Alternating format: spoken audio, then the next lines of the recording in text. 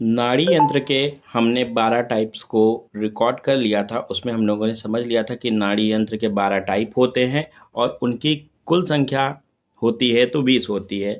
लेकिन हमने 12 नाड़ी यंत्र आपको याद करने का तरीका तो बताया था, बट उसके आगे हमने आपको ये नहीं बताया था कि कैसे आप इनकी डिटेलिंग पढ़ोगे। तो एक एक का डिटेल आपको ज़्यादा पढ़ना नहीं है, बस थोड़ी सी अब बात जानो तो इस हिसाब से आप कर लोगे। तो देखिए, नाड़ी यंत्र को डिटेल में नहीं पढ़ना, बस थोड़ा सा नाम ध्यान रखना है। वो ये होता है कि देखिए, जैसे कि भगंदर यंत्र आया तो नाम से ही चल रहा है भगंदर यंत्र, मतलब भगंदर को देखने के लिए ऐसा यंत्र होगा। तो ये आपको थोड़ा सा इसके बारे में पता चल रहा है। और देखने के लिए कैसा यंत्र होगा, तो एक छिद्र वाला होगा और दो छिद्र वाला होगा। ठीक है, जिसमें दो छिद्र होंगे दोनों तरफ से होगा वो दो छिद्र यंत्र कहलाएगा, और जो एक तरफ से छिद्र होगा उसमें एक यंत्र छिद्र कहलाएगा। बात करते हैं इसके आगे की, तो इसका देखो प्रमाण क्या होता है, तो 4 अंगुल इसका प्रमाण होता है। और इसके उपयोग की बात करें तो देखो, शस्त्र, छार, अग्नि, कर्म आदि के लिए एक छिद्र का प्रयोग किया जाता है, जबकि गुदा के भीतरी भाग में उत्पन्न रोगों को देखने के लिए दो छिद्र का उपयोग किया जाता है। बस इतनी सी बात अगर आप जान लो तो आपका भगंदर यंत्र में सारी चीजें कंप्लीट हो जाती हैं। बात करोगे अरसोन यंत्र की, तो देखो इसमें क्या होता है, इसकी आकृति गोस्तना मतलब गाय के स्तन्य के आकार की होती है, और इसकी भी लंबाई 4 अंगुल होती है। और उसमें प्रयुक्त किए जाने वाला जो होता है वो 5 अंगुल तो होता है, वो पुरुषों के लिए होता है। ठीक है, और 6 अंगुल जो होता है वो स्त्रियों के लिए होता है। इस प्रकार से आप इसको ध्यान रखोगे। पुरुषों के लिए प्रयुक्त होने वाला कितने अंगुल का होता है, 5 अंगुल का। स्त्रियों के लिए 6 अंगुल का होता है। बस इसका भी एक छिद्र और दो छिद्र आप प्रकार ध्यान रखोगे। इस प्रकार से ये हो जाता है। बात करते हैं इनका उपयोग का, तो देखो एक छिद्र वही सेम चीज, एक छिद्र वाला छार, अग्नि, शस्त्र, कर्म के लिए प्रयुक्त होता है, और दो छिद्र वाला गुदा या अंता प्रदेश को परीक्षण करने के लिए होता है। इसका मॉडर्न कोरिलेशन क्या होता है, प्रोक्टोस्कोप से है। ठीक है, बात आगे करते हैं तो व्रण यंत्र की। तो व्रण यंत्र की संख्या कितनी होती है, एक होती है। और देखो बात इसकी आगे करते हैं, तो देखिए यहाँ पे वाग्भट ने इसे 6 अंगुल माना है, सुश्रुत ने इसे 8 अंगुल माना है। इतनी बात आप इसमें ध्यान रख लो। और इसका वैसे तो इसका मॉडर्न कोरिलेशन सिरिंज से समझ सकते हैं। ठीक है, तो इस प्रकार से यह वैक वैक होते हैं, इस प्रकार से इसका चीजें होती हैं। आगे जब बात करोगे आप बस्ती यंत्र की, तो देखो बस्ती यंत्र में कुछ ज़्यादा नहीं पढ़ना है। जब पंचकर्मा पढ़ेंगे तो उसमें बस्ती आएगा, बस्ती पुटक, बस्ती नेत्र, बस्ती यंत्र। ठीक है, तो वहाँ सारी चीज़ें हम लोग कवर कर लेंगे। बात करते हैं उत्तर बस्ती यंत्र की, तो देखो वे भी चीज़ें वहाँ पे योनि मार्ग से दी जाती हैं, जो या सिसन से दी जाने वाली बस्ती जो होती है वो उत्तर बस्ती होते हैं, उत्तर मार्ग से दी जाती है, वो वहाँ पढ़ लेंगे। मूत्र वृद्धि यंत्र थोड़ा सा देखते हैं। देखो नाम से ही पता चला है मूत्र की वृद्धि होने पर कौन से यंत्र का प्रयोग किया जाता है, तो ये द्विमुखी यंत्र होता है। और ये मूत्र वृद्धि होने पर विश्रावण के लिए प्रयोग किया जाता है। आपने देखा होगा एक थैली लगा देते हैं, उससे एक पाइप जोड़ देते हैं, तो उसमें बूंद बूंद करके मूत्र आया करता है, तो वही मूत्र वृद्धि यंत्र हो गया। दकोदर यंत्र की बात करो तो दकोदर यंत्र कैसा होता है, दो मुखी होता है, और इसके अनुसार ये जो वंग आदि धातुओं और पक्षियों पंखों से निर्मित हुआ होता है। और देखो इसे क्या उपयोग करते हैं, तो जलोदर में जल को निहारण करने के लिए यूज करते हैं। इसका मॉडर्न कोरिलेशन कैनुला उनुला से लिया गया है। धूम नेत्र की बात करते हैं तो इसका विशेष जो विवरण होता है वो पंचक्रम में हम लोग जब पढ़ेंगे धूम नेत्र, तो वहाँ पे देख लेंगे। अब देखो निरुद्ध प्रकर्ष यंत्र की बात करो, तो देखो ये क्या यूज होता है, तो निरुद्ध प्रकर्ष यंत्र जो आचार्य और सुश्रुत ने निरुद्ध प्रकर्ष व्याधि की चिकित्सा में इसका प्रयोग किया है। ठीक है, और इसमें क्या होता है, तो दोनों तरफ एक छिद्र होता है। ठीक है, बस इतनी सी बात आप याद रखो। ऐसे प्रीपुजल डायलेटर से कोरिलेट करते हैं। सनिरुद्ध गुद यंत्र जो होता है उसके बारे में थोड़ी सी बात जानते हैं।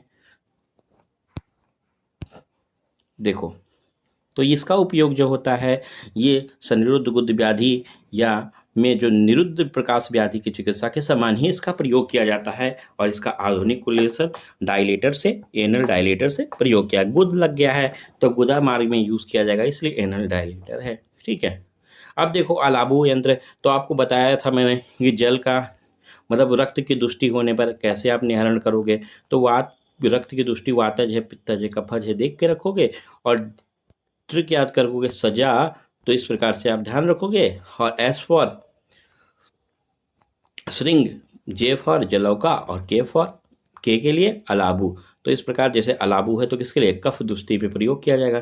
तो जब पढ़ोगे तो देखो यहाँ पे लिखा है कफस दुष्टि में रक्त मोक्षण के लिए इसका प्रयोग किया जाता है। तो इस प्रकार से ये आपका कंप्लीट हो जाए। श्रृंग यंत्र तो आपको पता है सजा से याद किया है, तो जलौका का भी यूज़ किया जाता है, श्रृंग का भी यूज़ किया जाता है। एस फॉर श्रृंग तो वात की दृष्टि पर श्रृंग से रक्त का निहरण करते हैं।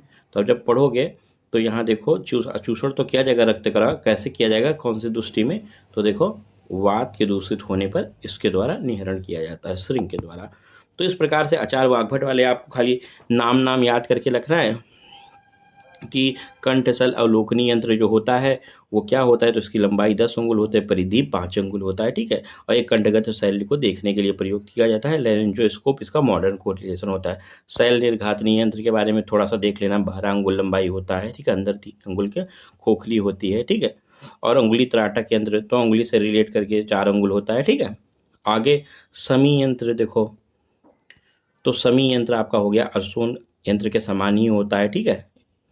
और देखो घराड़ नासा अर्बुद यंत्र ज़्यादा कुछ काम है, तो राइनोस्कोप से इसका मॉडर्न कोरिलेशन होता है, ठीक है। कितना लंबा होता है, तो 2 अंगुल लंबा। नासा एवं नासा अर्बुद के पीड़न के लिए 2 अंगुल लंबे और तर्जनी के समान इसका परिणाम होता है, ठीक है, एक मुखी होता है। तो थोड़ा सा आप ध्यान रखेंगे, कुछ भी इंपॉर्टेंट नहीं है, ना ही इसको याद करना है, बाकी मैं बता देता हूँ, बुक में है तो आप बोलोगे थोड़ा भी नहीं बताया सर ने, इसलिए मैं थोड़ा सा बता रहा हूँ आपको, ठीक है। योनिवर्षण यंत्र क्या होता है, ठीक है, तो ये 16 अंगुल का होता है और बीच में कैसा खोखला सा होता है, तो ये वेजाइनल स्पेकुलम से समझ सकते हैं। तो स्टार्ट करते हैं हम लोग सलाका यंत्र जो इम्पॉर्टेंट है। तो आपको याद कराया था कि नाड़ी यंत्र में अनेक प्रकाराणी अनेक परियोजनानी आता है, जबकि इस सलाका को याद करवाया था सलाकीन से, और ना से आप लेंगे नाना प्रकाराणी और नाना प्रयोजनानी। इस प्रकार से आपका ये हो जाता है। तो इसके भेद जो आपने बताया था, इसके पहले वाला भी 12 था और ये भी 12 है। तो इसके 12 को याद करने का ट्रिक है, आप याद करो, गे सर्प के, फिर यहाँ याद करो सर्प। तो एक गे है सर्प, तो गे से गंडूप पदमुखी हो गया, सर्प से हो गया सर्प फड़मुखी और सर पर हो गया सर्प पुंखमुखी, ठीक है। अब देखो बड़ा, उसके सर पे जो क्या है, बड़ा मसूर का से हो जाएगा आपके पास दाल है, यहां तक याद करो, बड़ा मसूर का दाल है। तो देखो बड़ा से बड़ी मुखी हो गया, मसूर दाल मुखी हो गया, और कप्पा से हो गया करपास ऊषणीस, और दाल से हो गया दव्य आकृति। तो इतना याद हो जाता है। और फिर याद करना है जब अंकुश ने उसको खोला, तो जब से जाम्बवदना, अंकुश से अंकुशवदना ने खोला से लेना है आपको कोल अस्थि मातृमुखी, तो उसमें से निकला तो जो अंजन के रूप में लगा दिया और थोड़ा सा मूत्र मार्ग में उसने डाल दिया। तो इस प्रकार से आपका ये हो जाएगा। बात करते हैं इसके प्रमाण की, तो कैसे आप याद करके रखोगे, तो इस प्रकार से आपने याद किया। अब इसकी संख्या की बात करते हैं, कैसे याद किया आपने। तो संख्या देखो याद करना है आपको कैसे, तो सब में 2-2 करना है, 5 तक 2-2 लाना है, फिर 6 नंबर का जो होगा करपास वाला उसको 6 करना है, फिर उसके बाद 3 चलेंगे 3-3 के, उसके बाद 3 चलेंगे 1-1 के। तो कुल प्रकार 12 होते हैं और उसकी संख्या कुल 28 होती है। इस प्रकार से आपको ये याद हो जाता है। बाकी इनकी डिटेलिंग आपको किसी की मत पढ़ना, ये सब कुछ भी डिटेल नहीं पढ़ना है, आराम से बस आपको इतना सा जानना था 12 नाम क्या होते हैं, तो आपको पता चल गया। जो भी थोड़ा सा इसके बारे में जानना है कि कौन सा कैसे होता है, क्या होता है किसके बारे में, तो मैं आपको बताऊंगा कि कौन सा इसका संख्या तो आपको याद करवा दिया और इसका कर्म याद करवाना है। तो नेक्स्ट में बता दूं या अभी बता दूं, टाइम देख के बताते हैं। टाइम है तो टाइम है तो याद करते हैं। याद कैसे करना है, तो जैसे आपने ये याद किया, गे सर्प के सर पर एक बड़ा मसूर का क्या है, दाल है, और जब अंकुश ने उसको खोला तो उसमें से जो निकला उसने अंजन के रूप में लगा लिया और थोड़ा सा मूत्र मार्ग में डाल दिया। तो इस प्रकार से आपको ये याद है। तो आप आगे कंटिन्यू करो कि कर्म कैसे याद करोगे। तो कर्म का आपको बताया था मैंने, ABC करके याद करना है, ABC। तो A से हो गया आहारण, B से हो गया व्यूहन और C से हो गया चालन। तो इनका कर्म याद हो गया, गंडूप पदमुखी का आहारण, सर्पफणमुखी का व्यूहन और सर्पमुखी का C से क्या याद किया, चालन। ये आपको याद हो जाता है। इसके आगे जब बात करोगे आप तो यहाँ पे याद करोगे ABC, फिर याद करोगे आसो प्रछार, आसो प्रछार। तो देखो आप कैसे याद करके रखे हो, आसो तो यहाँ आ है, यहाँ सो है, ठीक है, आसो, यहाँ प्रा है, यहाँ छार है। तो देखो ऐसे ही है। तो